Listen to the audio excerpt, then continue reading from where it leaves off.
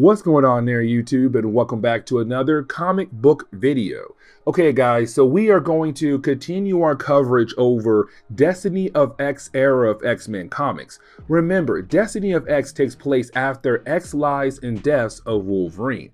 Now, with that being said, we do pick up with X-Men Red #1. Now, this is technically putting an X-Men team on Mars. And the reason why, because to help the mutants on Mars to learn how to live peacefully. And what I mean by that is, remember, after X of Swords, we had two islands full of mutants, Krakoa and also Arrako. When it came to Arakko, though, most of the mutants there were a tad bit more violent and dangerous, but on top of that, they were technically more powerful than their fellow mutants on Krakoa. And so, of course, you had the mutants be moved over to Mars. Now, with that being said, though, when it comes to X-Men Red #1, it's all about the idea of making a new X-Men team to teach these mutants on Mars how to live peacefully. But at the same time, it seems like Abigail Brand has something up her sleeve. But the question is, though, what? What is she plotting to do when it comes to the mutants on Mars? And so getting into today's video, we actually do get a flashback. Now, when it comes to this flashback, it's right now showing us Storm fighting against a character known as Nameless, the Queen of Shapeshifting. Now, with that being said, though, you do have the two characters right now fight against one another. Now, what it seems like to me is that when it comes to Nameless, the reason why she's the Queen of Shapeshifting is because she's technically able to use your powers against you. But here's the thing, though. Even though she can do that, Storm is still the master of how her powers actually work, which means that even though Nameless can use her powers, Nameless has no idea how to use her powers. And so right now, it's Storm being able to actually defeat her. Now, when it comes to this battle, it was all about the idea of Storm taking her spot in the government body of Arakko, because that's the way you're able to get into the government body, if you're able to take someone's seat by defeating them in the ring. Now, here's the thing, though. Storm wanted her to just go ahead and quit, yield, because you have technically lost to me. But when it comes to Nameless, the Queen of Shapeshifting, and her culture, we don't yield. We do not get taken in as a captive. We kill ourselves at the end of a battle. And so you had Nameless technically kill herself, and that ended the battle, but Storm clearly won and earned her seat or her spot in the government body of Arakko. And so that is when we get another flashback. And when it comes to this flashback, it takes place after the first flashback, but we are able to actually see Storm right now be part of the government body of Arakko. Now, when it comes to this government body, it's actually called the Great Ring. It's very similar to what Krakoa has when it comes to the Quiet Council. Now, with that being said, we come to find out that technically Storm is better known as the Regent of Arakko. So with that being said, she technically take care of all the different kind of matters that people have concerns about when it comes to Arakko, but also the land of Arakko. Now, with that being said, we can kind of tell that when it comes to the Great Ring, not everybody is actually happy about the idea that there is a mutant from Krakoa who's part of this government body. They feel like only mutants from Arakko should really be part of this government body. And so that is the moment where we actually do pick up with Magneto right now moving over to Arakko. Now, the reason why Magneto is moving over to Arakko is because right now Magneto is looking for a new beginning. Because remember, in Immortal X-Men #1 and #2, Magneto has stepped down from the Quiet Council. Now, the reason why Magneto did that is because what happened in the Inferno event. Because remember, when it came to Charles Xavier and Magneto, they basically built utopia for the mutant race, and everybody loved them in different kind of ways. The problem was, though, Charles Xavier Magneto did not tell the rest of the mutant race nor the Quiet Council members that when it came to Moira McTaggart, she's not human, she's actually a mutant. But on top of that, the reason why they were trying to work with her is because they were trying to secure a future timeline where the mutants win and they don't lose. The problem was though, Charles and Magneto did not tell anyone else about this secret. And so because of that, the rest of the Quiet Council and other mutants kind of looked down on Magneto and Charles Xavier. Now Charles was able to move on past that, but for Magneto, he wasn't. And so that is why he's coming here to Arrakko to kind of have a fresh start, a new beginning in life. Now he does run into the Fisher King. And when it comes to the Fisher King, he's going to be somewhat important for the X-Men Red books. Now with that being said though, when it comes to the Fisher King, he is the first person to welcome Magneto onto Arrakko. Now for Magneto, he believed that apparently if you are a mutant, you should not show weakness. And the reason why he believes that, because the people of Arakko kind of show that, meaning that he believes if you're a mutant from Arrakko, you don't show a weakness. And the reason why, because that's technically looking bad for you. You should always look strong and brave. But then you have the Fisher King say, no, that is dumb. And the reason why it's so dumb, because everybody is scared of something. Everybody has a weakness. It's up to you to overcome that weakness. Either way, you do have the Fisher King welcome Magneto to Arrakko. And so that is the moment where we actually do pick up with Roberto da Costa, aka Sunspot. Now, right now, you have Sunspot on Arrakko technically thinking about opening a new business. Because remember, when it comes to Sunspot, he is two things. One, a longtime X-Men member, but two, a great, strong businessman. And so this is him right now saying, you know what? I'm on Arrakko. What business move can I make on here? Now we do see him right now at the bar, and he's talking to a guy known as COPPA. And right now you have the two characters being able to actually bond with one another about the idea of losing a loved one. Now, while you have the two characters actually bonding, that is the moment where you have Vulcan appear, and right now Vulcan is attacking a member of the Shi'ar Empire. Now, this is actually going to be a huge problem. And the reason why it is a problem right now, because when it comes to the Shi'ar Empire, they have a very close ties to the mutant race for so many different reasons. Now, one of the main reasons right now is because the daughter of Charles Xavier and Ileandra is now currently the princess of the Shi'ar Empire, are technically in charge of the Empire. Either way though, when it comes to the Shi'ar Empire, they have free access to Arrakko and also Krakoa. But here's the thing though, on Arrakko, people can challenge you just like that. And most of the time, you are not allowed to decline their offer to battle. And so of course right now, it seems like Gabriel wants to battle this person right here who's from the Shi'ar Empire. The problem is though, this area right here on Arrakko is immune to challenges, meaning that you are not allowed to challenge someone. And if you do, they have the right to say no to your challenge.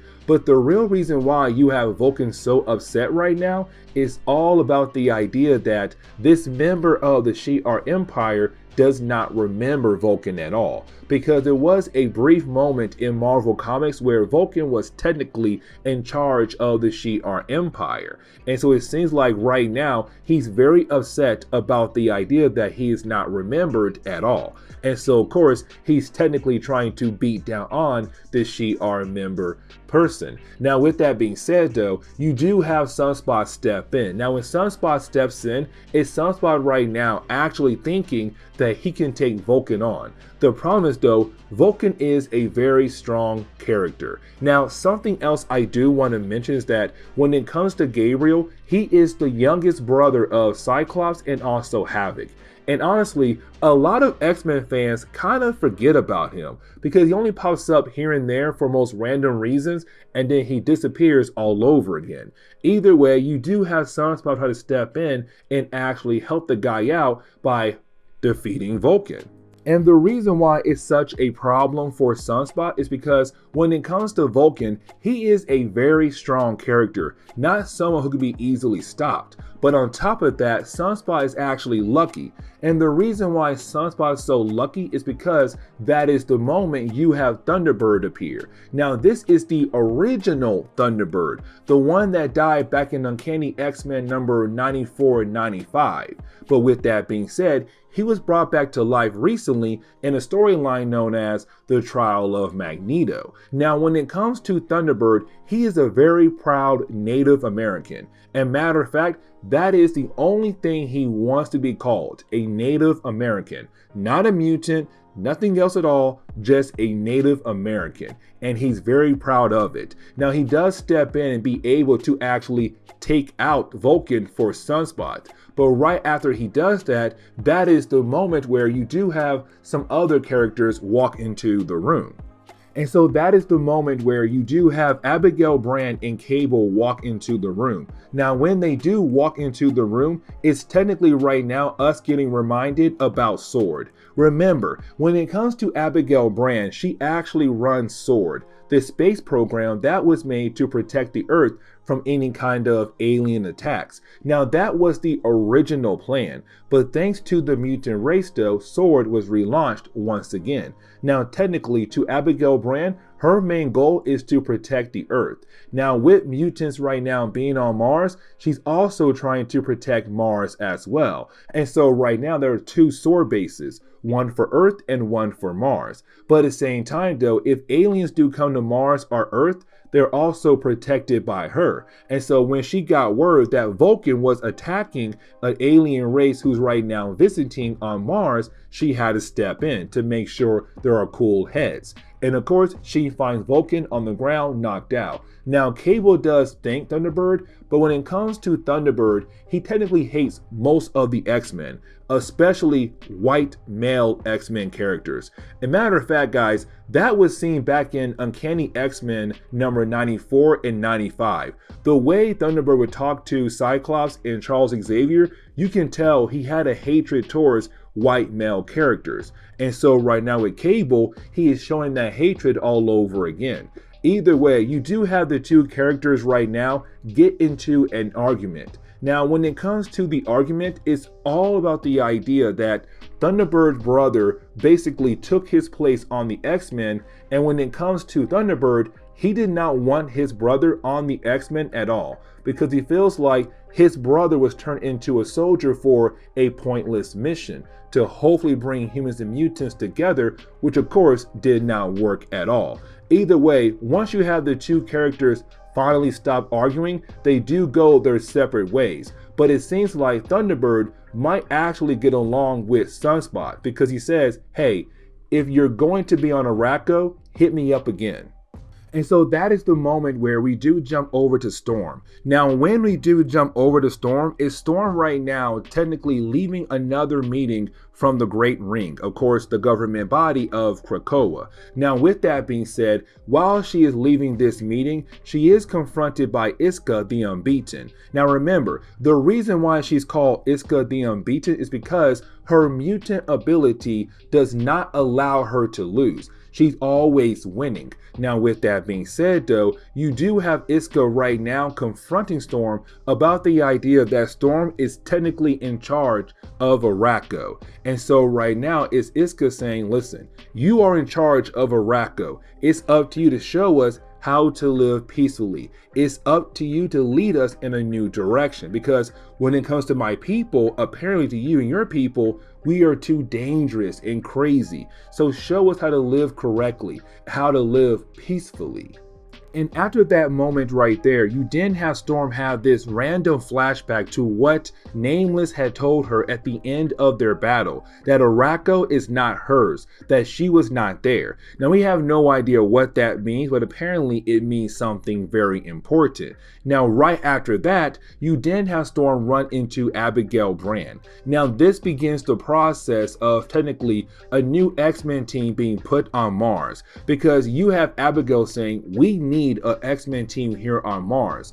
And the reason why, because the people of Arrakko, they're too dangerous, they're too crazy and wild. And so because of that, we need an X-Men team to kind of help control the violent ways of the mutant race here on Arakko, but on top of that, to influence them to live peacefully rather than dangerously. And so, of course, it's her saying, Storm, I want you to lead a new X-Men team here on Mars. And of course, you have Abigail leave because Storm did tell her no, but at the same time, it's Storm saying, I might actually do it. And that is the moment where we actually do see Storm right now go inside her throne room. Now, when she does go inside her throne room, this is Storm right now saying, okay, you know what? I realize what I'm doing here on Arakko is wrong. With this throne room, it seems like I'm in charge of everybody and everything of Arakko. And that right there is not correct. Right now, I should be leading the mutants of Arakko in the right direction to technically live peacefully rather than dangerously. And so, of course, right now is her saying, I'm going to get rid of my throne room and be a leader rather than a ruler. And so this is her saying, maybe Abigail Brand is right. We do need an X-Men team right here on Mars to influence the mutants of Arakko to live correctly.